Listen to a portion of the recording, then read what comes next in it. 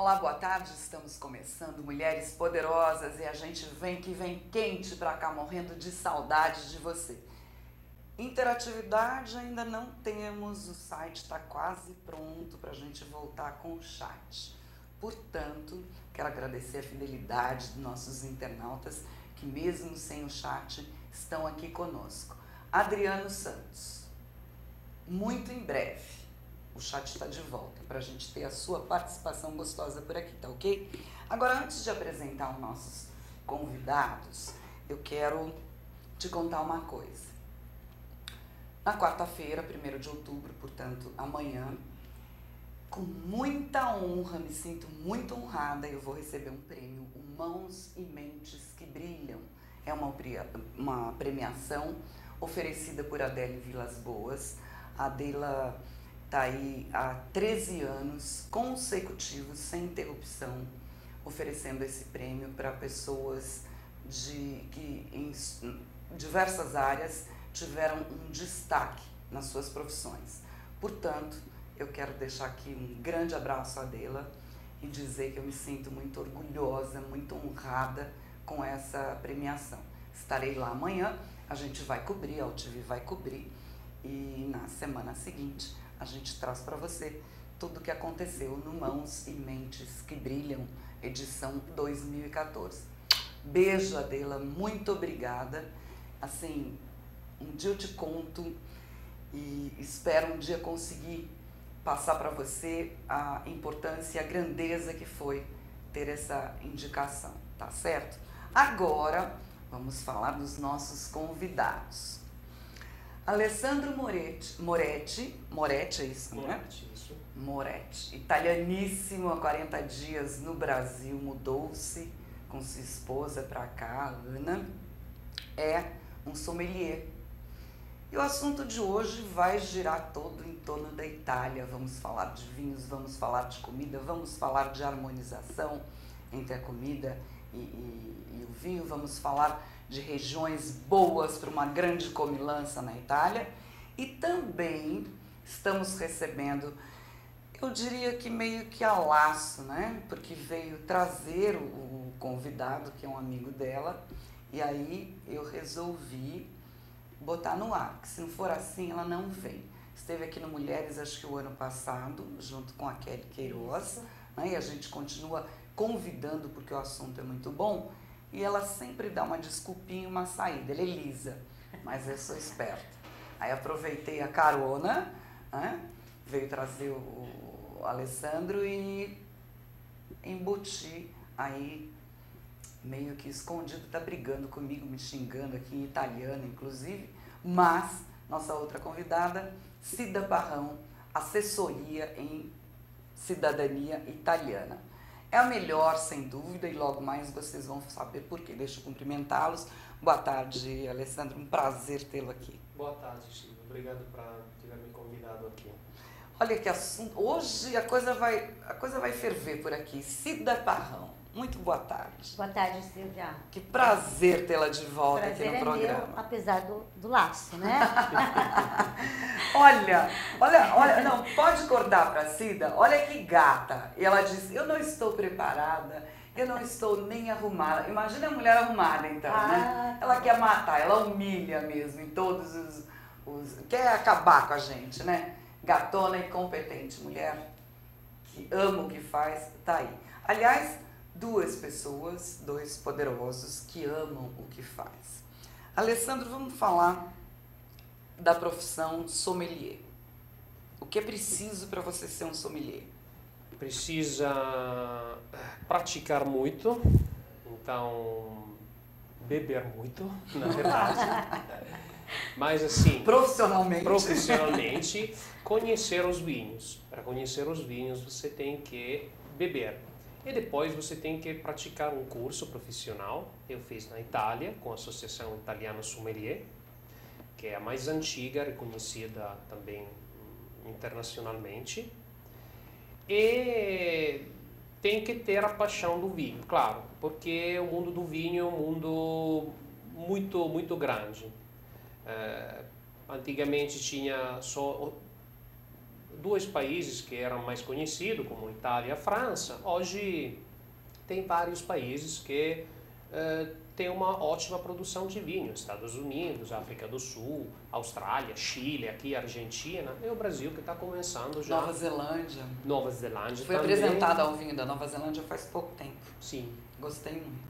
A Nova Zelândia é um dos outros países que lá na Europa se chamam do Novo Mundo, entendeu? Que entraram no mercado mundial do vinho, principalmente com o Syrah, que é o vinho mais reconhecido no mundo, produzido lá.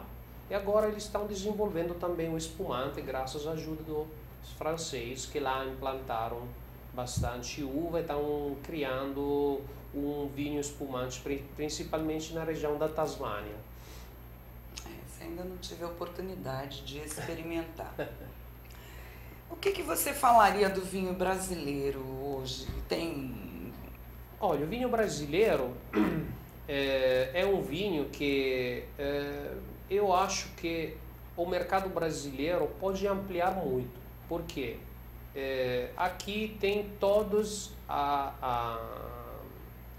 como posso falar, o terreno, o clima, tem todas as características necessárias para produzir bons vinhos. Eu comento sempre, por exemplo, na Itália aconteceu isso. Primeiro começou a produção no norte da Itália. O vinho do sul da Itália era um vinho, vamos falar, mais caseiro, que a Cida pode também confirmar. Então não tinha as técnicas para produzir. Mas o que aconteceu? Como o produto era muito bom, a uva do sul é muito mais doce, entendeu? Porque lá é muito mais quente. Então também o terreno é diferente que do norte, tem qualidade de uva bem melhores que do norte, principalmente de vinho branco. E o que aconteceu? Os grandes enólogos, no final dos anos 90, descobriram o sul da Itália. E teve uma grande evolução do vinho do sul da Itália, também do vinho espumante. Tanto que pela primeira vez, 2 anos atrás, uma produtora de vinho do sul da Itália ganhou o prêmio lá na Itália como o melhor vinho espumante. Eu acho que quando os enólogos vão conhecer também o Brasil, vão chegar aqui os grandes enólogos, porque como fizeram na Nova Zelândia, na Austrália, nos Estados Unidos, até eu acho que também vão chegar aqui. E aqui tem muita mais característica diferente, por exemplo, que no Chile ou na Argentina. Então a produção pode ser diferenciada. E isso pode ser uma grande vantagem pela produção brasileira, que hoje é mais pequena, é concentrada aqui no mercado interno, na América do Sul, mas pode ainda ampliar, se expandir muito. Exatamente. A gente fica feliz com isso, né? Com essa opinião.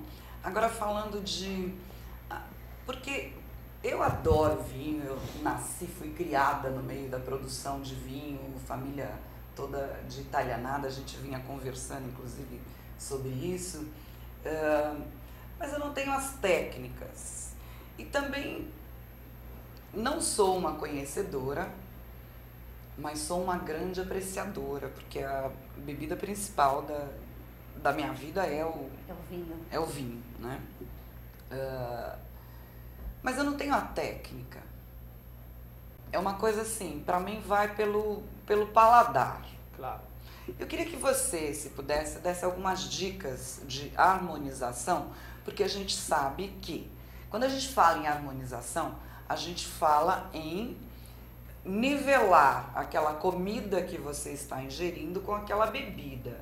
A gente fala em combinação, é isso? Exatamente. Queria que você falasse um pouco dessa história de harmonização. Então, primeiro você tem que começar a analisar as comidas.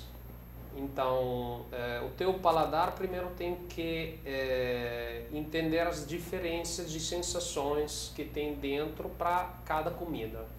Então, uma comida, por exemplo, frita, deixa no paladar uma gordura que deixa, você sente quando você come essa gordura. Então, a sensação que vem tomando um vinho tem que chegar ao nível de deixar a boca, o paladar neutro.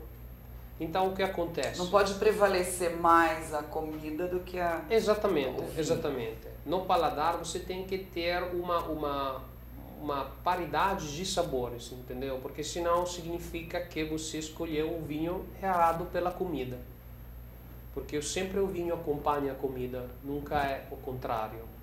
Então, por exemplo, uma comida gordurosa como uma batata frita ou uma outra coisa frita precisa de um vinho frisante, espumante. Por quê? Porque a combinação da anidride carbônica no vinho, entendeu? Deixa limpa a gordura que fica no teu paladar comendo uma coisa frita. A sensação que pode ser parecida, mas não é a mesma coisa, é um queijo. Um queijo deixa uma sensação que parece gordura, mas não é. Porque o queijo também é uma sensação de doce. Então, não é doce, mas só uma sensação, porque o queijo tem feito com leite, então deixa aquela sensação no teu paladar. Aí a coisa complica um pouco, porque por ir de acordo com aquele sabor, você tem que escolher um vinho que seja o oposto. E nesse caso pode ser ou um branco ou um vermelho que seja um pouquinho mais seco, porque ele tem que bater na frente com a sensação de doce do queijo. A coisa contrária vem no doce. O doce, a sensação é de doce mesmo, então o teu paladar está cheio de açúcar, não é como o queijo. Então é forte a sensação de doce. E ali não tem como ter um vinho que possa ser contrário, rebater nisso, porque aí seria um vinho um doce. Exatamente, realmente. então ali tem que acompanhar com um vinho bem doce, que pode ser um vinho de Gesser, um passito, entendeu? Um vinho que envelhece muito, porque infelizmente no mundo todo se acompanha o doce com espumante, mas isso é a coisa pior no sentido do paladar, porque você não consegue chegar naquele equilíbrio. Então a gente pode dizer que a grande sacada e a grande dica é que você se observe. Exatamente. Quando você está comendo, porque eu me lembro, alguns anos atrás, existia uma regra única que dizia: para aves determinados vinhos, para carnes vermelhas determinados vinhos, para queijos determinados vinhos. E a coisa foi evoluindo e percebeu-se que não é bem assim. Para peixes só se pode consumir o vinho branco e não é nada disso. É verdade. Isso caiu por terra, porque dentro dos peixes a gente tem também vinhos tintos, dentro das carnes vermelhas a gente também tem. E a coisa ampliou e ficou muito mais gostosa. Exatamente. Né? E acho que é até mais fácil, apesar de, como a gente abriu um campo grande, parecer mais complicado, eu acho mais simples. Justamente por isso que você falou, parte-se do paladar. Exatamente. Né? Porque, claro que também na gastronomia, na cozinha mundial mudou muito. Então hoje não é mais fechada como 20 anos atrás. Hoje os grandes chefes do mundo todo usam produto de todos os lugares do mundo, entendeu? Então já isso ajudou muito a mudar também esse esquema que você estava falando dos vinhos vermelhos com a carne. Claro que continua essa regra, mas não tem uma abertura. Exatamente, porque o discurso é que cada um, eu falo sempre, cada um pode ser um sommelier, porque cada um tem seu próprio gosto. Então, primeira coisa, você sabe distinguir as coisas que são boas daquelas que são ruins. Depois, desenvolvendo o curso de sommelier, você começa a entender e conhecer as multidão de sabores que cada vinho desenvolve, como nas comidas. Eu, na minha profissão, eu achava que era uma coisa só dos vinhos, mas também das comidas. Você tem uma variedade de sabores dentro de um prato de comida que você não consegue bem reconhecer na hora. Você tem que começar a entender todas as diferentes sabores que tem ali, para depois você conseguir entender qual vinho pode você beber ou pode acompanhar aquela comida. Então, não é mais uma regra fixa. Agora, dentro de um jantar mais completinho, onde eu tenho uma entrada, eu tenho meu prato principal e depois eu vou para sobremesa, ou encerro como o europeu e o italiano faz com a salada, né? Sim. O que é que vai determinar o meu vinho? Se a minha entrada for de um estilo e o meu prato principal for de outro? A combinação de pratos que você escolhe. É claro que para não errar, para não ter erro nenhum, geralmente o vinho espumante é aquilo que combina com tudo. Então, espumante italiano, champanhe, espumante brasileiro, o espumante combina com tudo. Então você pode ter diferentes pratos no jantar, salada, carne, ou massa e peixe, e o espumante vai combinar com tudo. Mas é melhor você escolher o prato que tem mais sabores. Então, se no final você escolheu uma carne que tem um molho com tomate, com pimenta, então uma carne cozida, aquela que tenha mais riqueza de sabores, é melhor pegar um vinho que combine com aquela comida. Mesmo sabendo que os outros pratos vão ser mais fracos como sabor a respeito ao vinho. Então o prato principal sempre exatamente, é o que mais ou menos determina. A coisa melhor seria acompanhar cada prato com um cálice de vinho, porque Mas aí a gente bebe muito, né? E não é à toa que eu gosto do frisante, porque ele vai com qualquer coisa, né, Silvia? Vai eu com gosto muito qualquer também. comidinha. E que existe uma história assim: champanhe é o vinho espumante da região de Champagne. Sim. Então não adianta você falar que tudo que é espumante é champanhe. Que não é. Né? Eles foram bem, conseguiram defender aquela região, aquele produto. Então, até o começo do 1930 mais ou menos, todo mundo poderia chamar de champanhe. Aquele vinho produto com o método champenoise, que é aquele método que o Frei Dom Perignon criou. Bárbara, essa história, aliás, é bárbara, que eu quero até que você conte isso, né? Como é que foi? Então, a história ou a lenda, porque eles falam que ele existiu de verdade, mas ninguém tem traça desse Mas de qualquer forma, uma história desse tão Frei. Então, esse romântica, né? Esse Frei Estou sorvendo estrelas, né?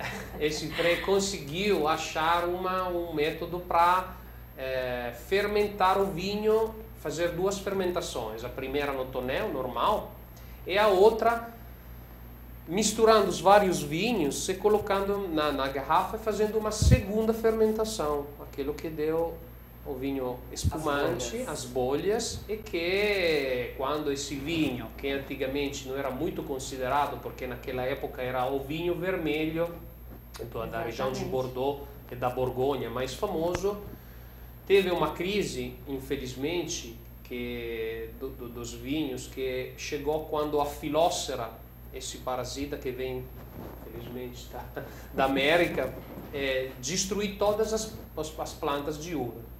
Então teve uma crise muito forte na Europa naquela época. E aí surgiu outros vinhos. Então o champanhe chegou até as mesas do rei, então do imperador. Então ali ele gostou. Surgiu por uma escassez. Exatamente. Uma necessidade, praticamente. Exatamente. Ali virou o champanhe, que hoje a gente conhece. Depois os franceses, querendo defender o seu produto, conseguiram ter o reconhecimento, e hoje no mundo todo ninguém pode chamar um vinho espumante champanhe, porque champanhe é só daquela região. Tanto que na Aliás, Itália... falando em região, eu quero me aprofundar mais, quero que a gente fale um pouco depois do champanhe, espumante, prosecco, lambrusco. Sim. O que é nessa história aí? Sim. Você é de que região? Eu sou da Emília-Romagna. A Emília-Romagna, o vinho famoso espumante da Emília-Romagna no mundo todo é o lambrusco, que Na Itália é consumido mais o lambrusco vermelho. Eu vi aqui diferente do Brasil. Diferente do Brasil, que eu vi aqui que o povo, as pessoas bebem muito lambrusco branco. Lá na Itália praticamente quase não existe, porque o lambrusco é o vermelho. E também é um vinho típico da região em volta de 3 cidades: Modena, Reggio Emilia e Parma. Cada cidade tem um lambrusco que é seco na cidade de Modena, seco para doce na cidade de Reggio Emilia e bem doce na cidade de Parma, por característica de uva. Depois tem os outros espumantes, tem o método clássico, que é como a Itália reconhece o seu próprio vinho espumante, que é sempre feito com o método champenoise, mas não pode chamar de champanhe. E ali as regiões melhores são no norte da Itália, o Trentino, Alto Adige, produz uma grande quantia de vinho método clássico muito bom. O mais famoso de todo é o Ferrari, que foi o primeiro que fez o primeiro champanhe italiano antes dos franceses tirar esse nome. Depois vem a região da Lombardia, onde tem uma pequena área que se chama Franciacorta, que seria mais ou menos a região tipo Champagne da Itália. E ali também um método clássico muito bom, muito famoso, a região é bem pequenininha, e ali eles conseguiram reconhecer aquele produto que se chama mesmo Franciacorta, como o champanhe. E depois vem o Prosecco. O Prosecco vem do Vêneto. O Prosecco é um vinho praticamente produzido na região do Vêneto, sempre com a mesma tipo de produção, método clássico, e também método Bartinelli, que é outro tipo de método. Tá me dando uma água na boca esse assunto, vocês não têm noção. Eu tô aqui espumando aqui.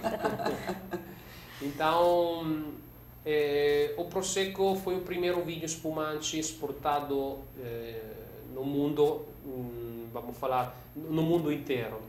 Então é aquele mais conhecido, porque é aquele também mais produzido na Itália como quantia de garrafas. Porque a gente escuta assim, vamos tomar um espumante, aí tem gente que diz, eu prefiro um Prosecco, eu prefiro... Quer dizer, a gente está falando, seja o champanhe, o Prosecco, Exatamente. É tudo espumante. Tudo espumante. A gente não pode dizer que é tudo champanhe, porque champanhe é uma característica especial de uma região. Exato. Mas todos são espumantes. Né? Eu já ouvi gente dizer, pensei que ia ser servido um champanhe, foi servido um Prosecco. Quer dizer, aí também já é...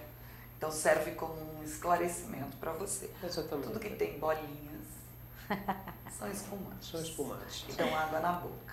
E aí é que ficou a frase desse Frei, como é que é? Estou sorvendo estrelas, estou bebendo estrelas, né? Exatamente. Pelas bolhas, pelas borbulhas do... Exatamente. Estou bebendo estrelas. Mas os franceses são muito mais poéticos que os italianos, tanto que, por exemplo, os produtores de conhaque e de armagnac, eles sabem que quando o conhaque e o armagnac fica parado para envelhecer, perde porque evapora uma certa quantia.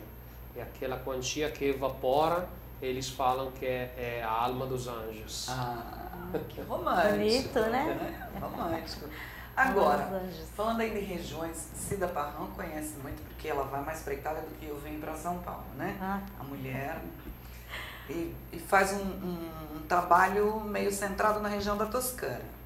Porque a Cida, ela faz uma assessoria em cidadania italiana. Então você que não sabe se tem direito, quer uma cidadania, e só italiana, né? Só italiana. Não mexo com português nem espanhola. Apesar de vários procurarem, mas as leis são diferentes. Então não dá para mim. E ela é uma mulher extremamente focada, ama de paixão aquilo que ela faz, né? E então trabalha com a cidadania italiana. Exato. E destrincha casos que vocês não têm ideia. Cida Parrão, quem, em linhas gerais, a gente sabe quem em linhas gerais, porque depois ela vai contar um caso que eu acho bárbaro aqui do Josué? Josué. Quem, em linhas gerais, tem direito a essa cidadania italiana? Que pode tirar essa cidadania para a gente correr para a Itália e tomar muito vinho e comer muita comida boa. Melhor ainda. Quem é? Na realidade, Silvia, não existe geração. Quando as pessoas falam assim, é porque eu tive um tataravô, um bisavô, um trisnono, isso é folclore, tá? Quem tem um parente bem antigo, eles têm direito, desde que tenha toda a documentação em ordem. Não tem, é muito antigo, o documento tem que ser buscado na Itália, a gente vai buscar também. Então, se eu tiver um tataravô, não tem problema. Eu não tenho nada de documento aqui. Eu tenho um tataravô que é italiano. Você tem direito. Por quê? Porque a gente vai, através da sua certidão, fazendo a busca até chegar nessa pessoa. Às vezes a gente não sabe a província, onde nasceu, mas a gente vai fazer a busca, a gente acaba achando. É difícil não achar, porque a gente trabalha com uma parte de microfilmagem também. Então, às vezes tem uma pesquisinha assim, demora 2, 3 meses, mas é muito difícil você não encontrar. Quais as vantagens de se ter dupla cidadania? Por exemplo, de se ter a cidadania italiana? Silvia, muitas pessoas querem pelo fato de você estar tendo livre acesso em todos os países. Por exemplo, nos Estados Unidos você não precisa de visto. Então, alguns querem para, sei lá, até gente conhece pessoas que trabalham, exato, né, mais empresários e tal. E vai para buscar mercadorias ou trabalho. Ou trabalho, exato. Não precisa ficar renovando esse visto, tirando esse visto. E querem montar cidadania italiana, até mesmo é italiana específico ou é a cidadania europeia te dá esse direito? Não, ela é europeia. A cidadania italiana, entendeu? Ela abrange ali. Então, te dá o direito do... Exato. Você não precisa do visto. Não, já elimina essa parte. Tranquilo. Para você ir para os Estados Unidos não precisa. Aliás, para a Itália não precisa de visto. Com passaporte brasileiro você pode ir. Mas como turista. Como turista. Você acabou o seu tempo lá 3 meses, você tem que voltar. Entendeu? São 90 dias como turista. 90 dias como turista. E aí, se ele quiser estudar ou exatamente. A maioria me procura por causa disso, principalmente quem mora na Inglaterra, que é a cidadania italiana. Por quê? Porque eles têm muitas vantagens em questão de trabalho, em questão de faculdade, muitas vantagens que eles têm. Eles são vistos diferentes, entendeu? Então, eles se sentem diferentes com essa... aquele passaporte vermelhinho abre portas. É diferente, né? É diferente. Bem diferente. É bem diferente. Então, eles querem, principalmente hoje em dia, a meninada está indo estudar fora. Então, é diferente. Muitos cursos que você consegue que você não paga, entendeu? Porque tem muitas coisas na Itália que você faz de graça. O governo ele te dá, como o nome diz, você tem a cidadania, você é cidadão daquele país. Então, porque você nasceu aqui no Brasil por um acaso, Silvia. Da guerra, aquela coisa. Então, o pessoal veio vindo, entendeu? Então, nascemos aqui. Então, hoje, eles querem, né? Agora, tem os seus direitos e também tem os seus deveres, né? A cidadania italiana também cobra muito isso. Exatamente. Então, as pessoas dizem, quero. Tá, tem direitos e deveres, entendeu? Então... Por exemplo, um dever. Votar é direito, é dever? Também. Eu vejo tanta gente tem muita gente que não vota, mas seria um dever sim. Porque se ele quis a cidadania italiana, ele também tem que procurar quem é a boa pessoa para colocar ali, entendeu? Como nós aqui procuramos nossos políticos, lá também é a mesma coisa. Então, às vezes vamos supor, tem uma taxa. Colocaram uma taxa. Poxa, mas você quis a cidadania, você tem que pagar essa taxa. Aí você recebe aqui no Brasil. Isso também é um dever. Você recebe no seu endereço do Brasil recebe o que você tem que... Ou se você mora, vamos supor, a pessoa fez uma cidadania italiana, ela mora na Inglaterra. Ela concluiu, ela já recebeu todos os documentos. Por que todos os documentos? A gente faz certidão de nascimento italiana, se for casada, certidão de casamento, a identidade italiana, o passaporte, tá? Então, ele tem todos esses documentos... Todos os documentos que te tornem realmente um cidadão. Você pegou tudo isso, o que vai acontecer? Você vai ter que fazer a sua inscrição do AIRE depois que você pegou tudo. Você tem que transcrever para onde você está morando. Você mora na Inglaterra, então você vai receber lá na Inglaterra tudo os seus deveres, vamos supor. Aqui no Brasil, exato, onde você estiver. Entendeu? Então, por isso que... Aí a procura é bastante, Silvia. é bem grande. E hoje em dia as pessoas querem Mas mesmo. morando num paísinho complicado como o nosso, né? É bom você ter Nossa, nem fala. legalmente, poder ter um pezinho lá fora, né? Além de todas Olha, as uma coisa que também é muito facilidades. importante, às vezes as pessoas, vamos supor, muito jovem também me procura, fala, eu quero tirar a cidadania italiana e tal. Eles têm muita dúvida, Silvia, muita dúvida. É um campo muito grande. Eu isso aí. preciso, por exemplo, uma dúvida. Preciso que a minha mãe tenha essa Exatamente. cidadania para eu tirar a cidadania. Exatamente o que eu ia falar. Não precisa. Se ele tem direito, porque ele tem um bisavô, o pai e a mãe não precisa fazer para transmitir para o filho. Porque na certidão de nascimento vai estar lá. Ele é filho legítimo de fulana de tal, entendeu? Então isso aí é uma coisa que vai... Então, os pais não precisam fazer a cidadania para passar para os filhos. E tá? tem um outro ponto que eu quero tocar, mas antes quero voltar um pouco para o Alessandro, que é sobre prazo, né? Porque a maioria das pessoas que eu conheço Essa 8, questão de 10, prazo, 15 anos essa de prazo. questão de prazo é muito Mas complicada. a gente vai guardar isso para já, né? E eu quero voltar a falar de sabores, de harmonização. Sim. Dica fácil. A gente já deu essa de que sinta no seu paladar, se você está com uma alimentação, com uma comida que retém mais uma gordura, uma coisa mais pesada, que vinhos você indicaria sem erro para as carnes vermelhas? Então, sem erro para carnes vermelhas é sempre vinho vermelho. Sempre. Porque a carne tem também bem passada, estimula na boca muita salivação. Então aquela água na boca é porque a carne já tem muitos sucos dentro. E infelizmente você tem que beber um vinho branco bem velho, bem maduro. Mas mesmo assim, vinho velho bem maduro, ele desenvolve muito sabor mais de fruta, como se fala, desidratada, de fruta... menos acidez, seca, com menos exatamente, seca. com menos acidez e que deixa com a boca esse sabor de mel, entendeu? Bem doce. Então não pode combinar com nenhuma carne vermelha. Então, voltando àquelas regras que você falou antes, a carne vermelha é sempre com vinho vermelho.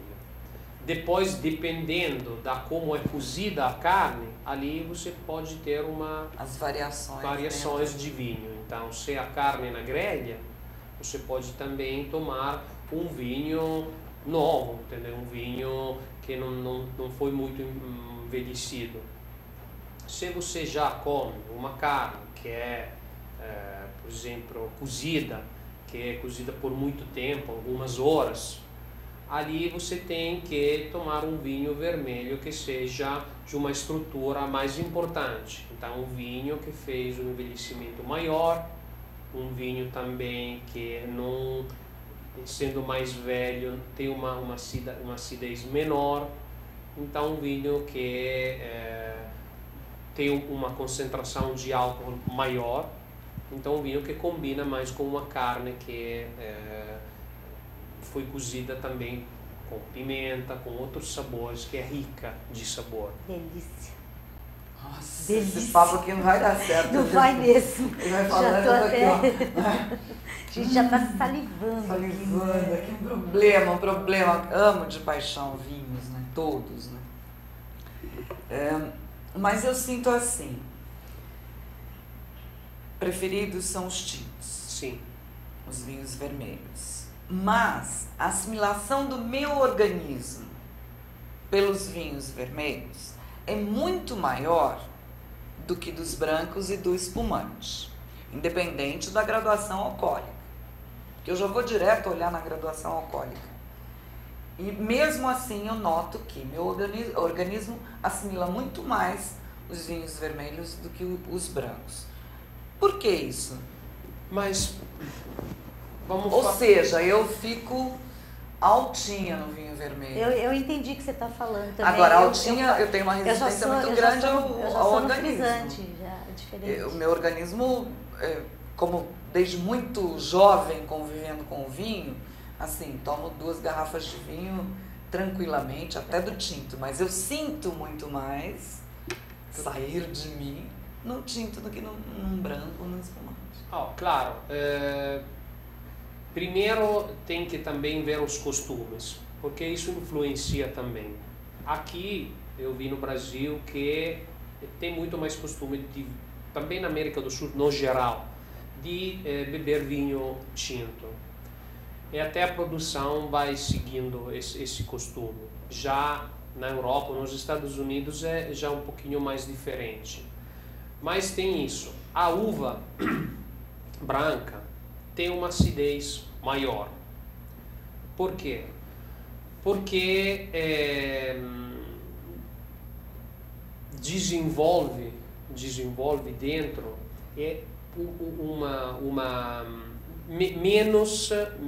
menos açúcar. E também é recolhida antes da uva vermelha. Então, isso também...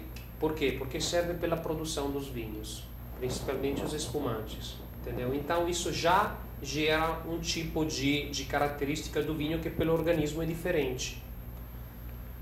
E aí, o que significa? Significa que, de um lado, a vantagem é que o vinho branco dificilmente é um vinho com muito álcool. Os espumantes menos, aquele que tem menos álcool de tudo, porque a percentagem é em volta do 12, das 10 até 12 percentagem de álcool no vinho. Então chega a 12 graus, mais ou menos. O vinho vermelho chega até 16. Por quê? Porque o vinho vermelho já é muito bem mais rico de, eu não sei como traduzir aqui isso em português, de tanino. Tanino é desenvolvido na uva, é uma das características do vinho, que também mais tem tanino, mais o vinho pode envelhecer. Isso desenvolve uma quantidade de álcool maior e também a estrutura do vinho é mais ampla, então pelo organismo é um pouquinho mais difícil de Então, pegando um gancho nisso aí que você está falando, quanto mais tanino... Então, essa história de eu compro um vinho, deito lá no meu armário e deixo envelhecer, não é por aí. Não. Aí, a hora que você vai tomar, eu me lembro do meu pobre pai, eu não vou me lembrar qual vinho era, mas meu pai, numa ocasião, comprou uma garrafa de vinho e disse, essa eu vou abrir quando o meu último filho tiver 18 anos. Aí nasceu minha irmã, né? Quando minha irmã fez 18 anos, vamos abrir. Isso depois de 20 e tantos anos. E o vinho estava uma droga, né? E um vinho caro, eu me lembro que na época foi um vinho bem caro. Quer dizer, não é por aí. Então não adianta comprar a garrafinha lá, não é você que vai envelhecer esse vinho. Não. Você pode até descansá-lo, mas não é você que vai envelhecer esse vinho. Você perde o seu vinho. Ali, esse aqui é um erro que muitas pessoas fazem. Por quê? Você pode fazer com um vinho que já foi envelhecido. Então, uma reserva que já passou alguns anos em tonéis de diferente tamanho, até terminar o próprio envelhecimento na garrafa, pode continuar desenvolvendo por alguns anos. Por exemplo, uma reserva do 2006, vamos pôr, você já bebe hoje, mas está já no limite. Então, dependendo também daquele ano, porque todo ano é diferente pelo clima. Então, tem vinhos que são recolhidos naquela época específica, naquele ano, que por característica daquele ano, da temperatura, da percentagem de umidade, da chuva, aquele vinho produzido pode envelhecer por muito tempo. Então você pode tomar aquele vinho e sentir já no teu paladar que não tem mais aquele sabor bem forte de um vinho que está já chegando no final da vida dele. porque o vinho é um produto vivo. Então nasce, desenvolve e morre. Mas geralmente uma reserva do 2006 hoje é, por quanto bom possa ser, é já um vinho que é bom beber.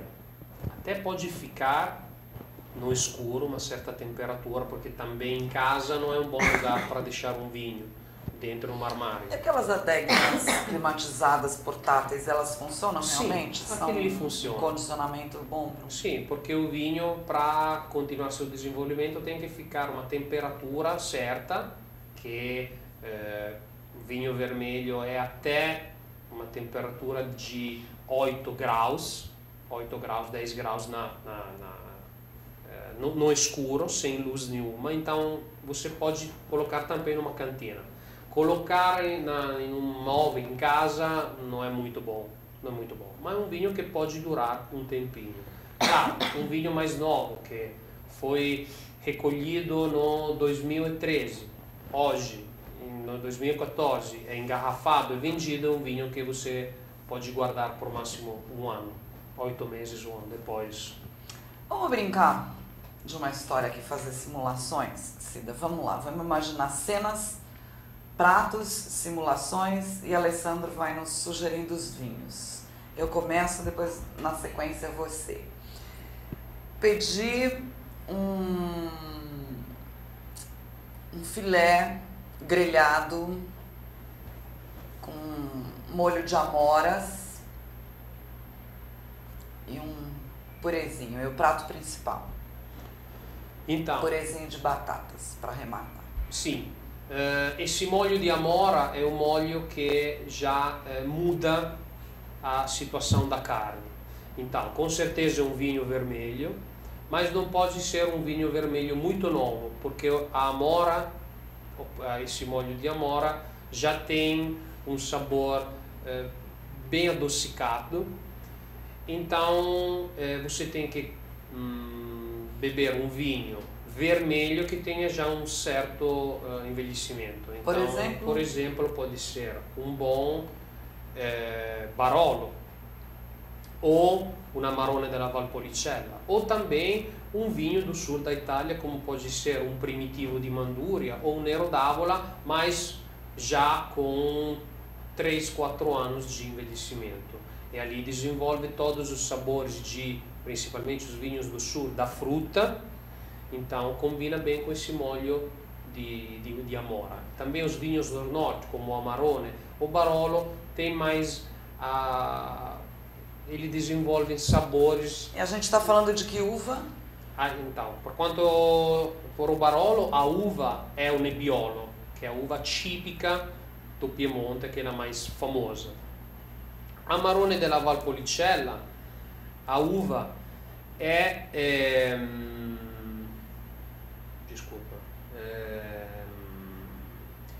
um clone do Sangiovese. Então, a família é sempre do Sangiovese, mas ele é envelhecido por muito tempo. Antes dele ser usado para fazer o vinho, ele vem deixado em cima das casas ou das cantinas onde é produzido, para a uva se desidratar naturalmente. Depois, com aquela uva, fazem o vinho. Então é um vinho que tem muita estrutura e muitos sabores de fruta madura. No sul, o Nero d'Avola e o Primitivo são sempre clones de Sangiovese. Muda o nome pela terra e la região, mas o Sangiovese é usado na 80% como uva da produção da Itália. Temperatura? Temperatura tem que ser entre 14 e 16 graus, porque são vinhos que não possam ser mais fresquinhos, porque senão o tanino e também todos os sabores deles vou perder muito disso. Não vai sair, entendeu? São vinhos que... Cida Parrão, agora você faz o seu pedido. Então vamos lá, meu prato. Já que você entrou com a carne vermelha, eu vou falar do peixe, né? Peixe. Um badejo. tipo um alcaparras, assim, Sim. molho de alcaparras. Com molho de alcaparras, então Ai, ali, quer matar até a Ana, ó, tá verde, tá verde. então ali vamos nos vinhos do sul, principalmente na Sicília, porque a alcaparra é De típica dove de lá. sei io? Exatamente. A alcaparra é típica da Sicília, então é um produto típico de lá. Então ali pode ser um grillo. Um grillo é, a uva é grillo, mas é um clone de Trebbiano. Trebbiano é outra uva típica da Itália, mas também dos Estados Unidos e da Europa, também na França, que é usada nas maiorias dos vinhos brancos. Ali um grillo, ou também pode ser uma inzolha. Inzolha, sempre vinho branco, sempre clone de Trebbiano, e nesse caso vinho na temperatura de 6 até 8 graus, vinho fermo, não frisante, um vinho que não é muito pesado e que pode acompanhar um peixe e que, como nesse caso com esse molho de alcaparra, que é um pouquinho apimentado, Ele já é mais exatamente, pode acompanhá-lo tranquilamente. com vinho branco, tá vendo? Vinho branco. Olha só, Iago já entrou aqui dizendo que a gente tem 5 minutinhos só de programa. Cida, eu quero que rapidamente você conte a história da cidadania do Josué. Olha, 5 minutos vai ser difícil, mas vamos lá. O Josué foi um caso complicado, ele ficou 10 anos atrás da cidadania dele, e todos falavam que ele não tinha direito a essa cidadania. Aí ele veio, chegou em mim e falou, olha, me ajuda, tal, eu tenho direito. Peguei e falei, vamos ver qual que é seu caso. Por quê? Porque na realidade os bisavós deles eram filhos de pais desconhecidos. Mas aí vai atrás, acabamos achando o orfanato onde os bisavós deles tinham feito essa doação e nós chegamos ao italiano e aí ele conseguiu a cidadania dele depois de muitos anos. E hoje ele com, se não me engano, 52, 53 anos, ele realizou um grande sonho.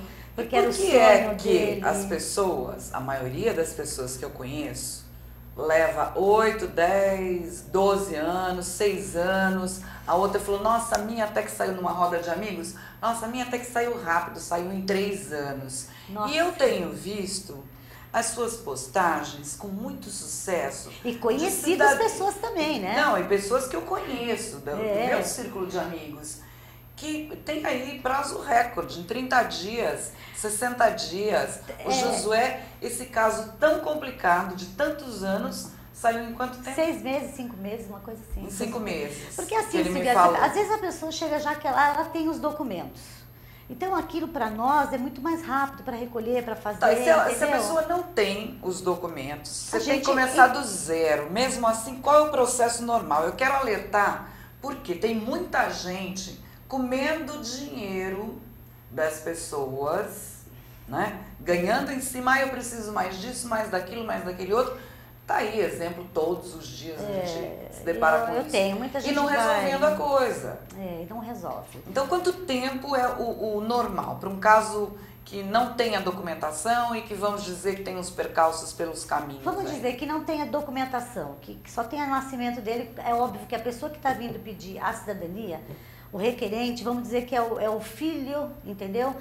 Dele ele vai ter a certidão, ele vai ter da mãe. Vamos dizer que em 6 meses, Silvia, se ele não tiver, veja bem, se ele não tiver documento nenhum, em 6 meses ele vai ter a cidadania. Agora, se ele tiver toda essa documentação, eu diria para você que em 3 meses e meio, 4 meses, ele está com a cidadania dele em mãos. Porque tudo tem prazo, tudo existe prazo, entendeu? Vamos supor, eu levo o cliente para a Itália, eu levei ele para a Itália, ele assinou lá no Anágrafo. O Anágrafo vai dar a entrada. Assim que ele deu a entrada, aqui no Brasil, o consulado do Brasil, pela lei, ele tem que liberar em 90 dias. Só que a maioria das vezes, o consulado não leva 90 dias para liberar, é 45, 50 dias. É nesse prazo, entendeu? Então, tudo tem lei, tudo.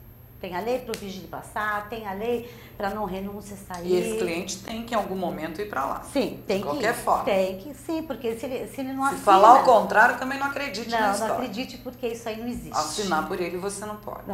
Não pode. Eu queria um telefone de contato. Aliás, ele tem que ir 2 vezes. Duas vezes para a Itália.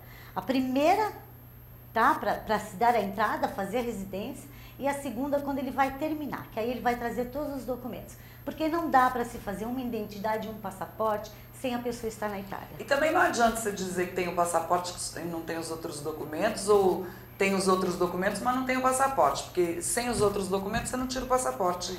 Não, porque na realidade o passaporte vai ser depois que você deu a entrada com todos esses documentos.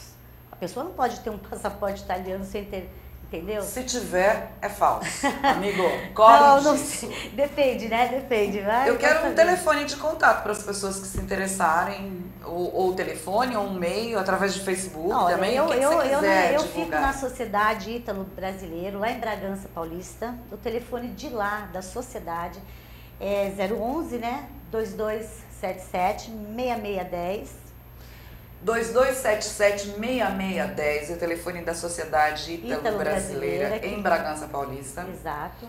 E tem Facebook da Cida Parrão. Tem o Facebook, tem o meu celular, que é o 97498-5849. E tem o da minha casa também, que é o 11-2473-0971. Agora Qualquer também, dúvida... se você não conseguiu anotar aí, você pode procurar pelo Mulheres Poderosas, vai lá, aproveita, curte a página do Mulheres Poderosas, manda recadinho, que se não achar, não deu tempo de anotar esses telefones, esses contatos, manda pra gente que a gente acha a Cida pra você. E agora eu queria, Cida, muito obrigada. Eu que agradeço, Cida. Você viu como não dói? Tá vendo? Fala sei, super bem, super gatona, fotografa super bem, faz uma frescura. Tem que vir aqui, a gente fazer um programa completo. Eu gosto de chegar aí e fazer a coisa, agora falar a coisa é diferente. Ela é uma mulher de ação. Parabéns pelos seus trabalhos. Obrigada, Porque eu tenho visto publicado lá, o sujeito vai...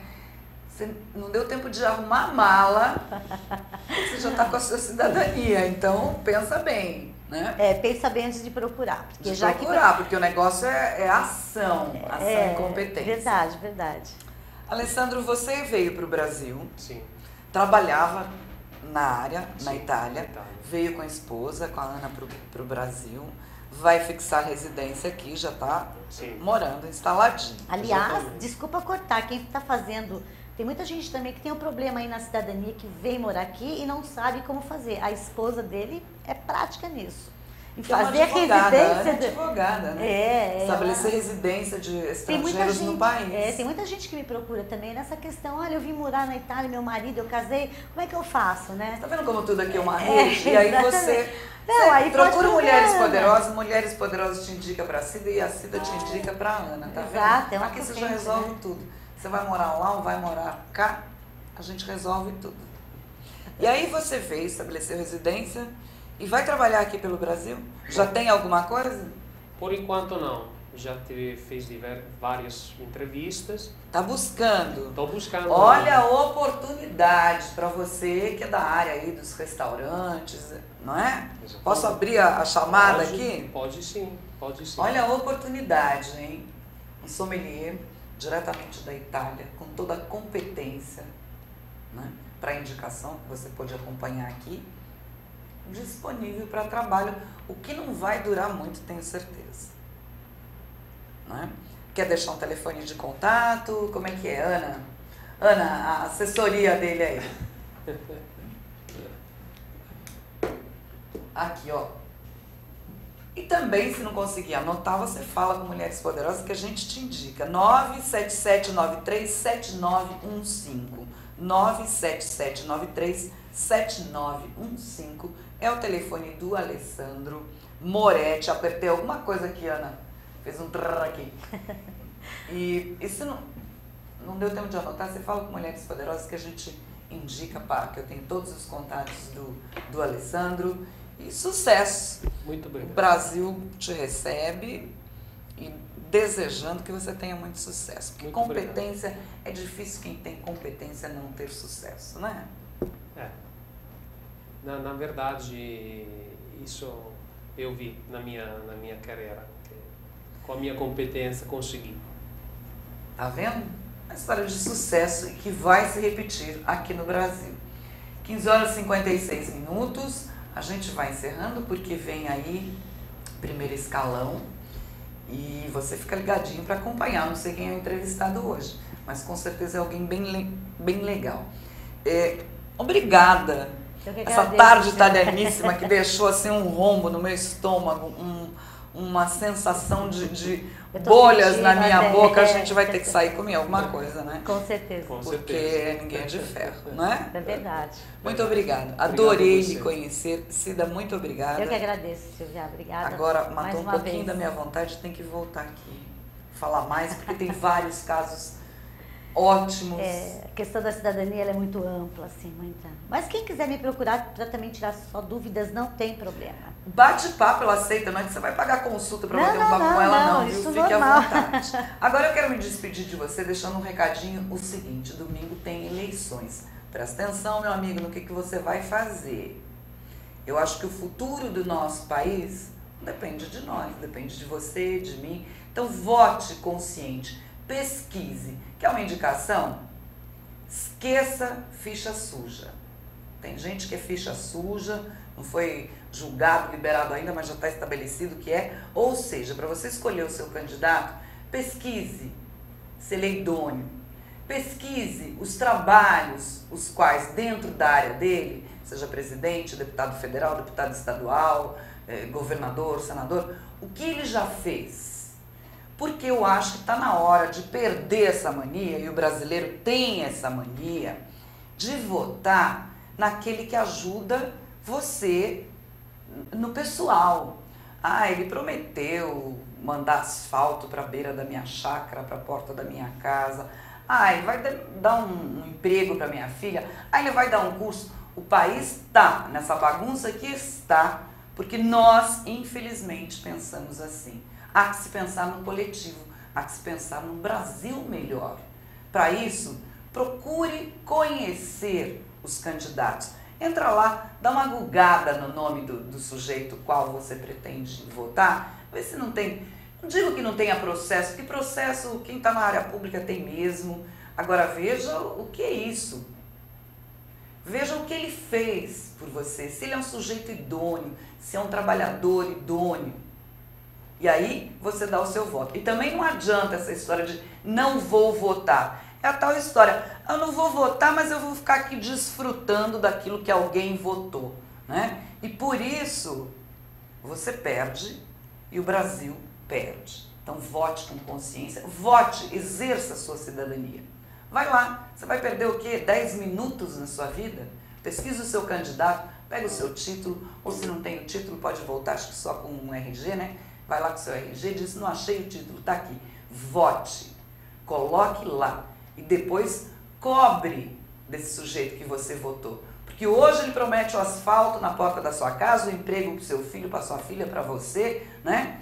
Amanhã a coisa é muito maior, é muito mais grave. Tem um país afundando, mas você está com seu emprego, está com seu asfaltinho na porta.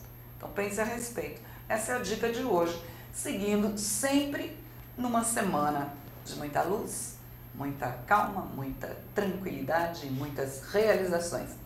Beijinho, terça-feira a gente está de volta. Até lá!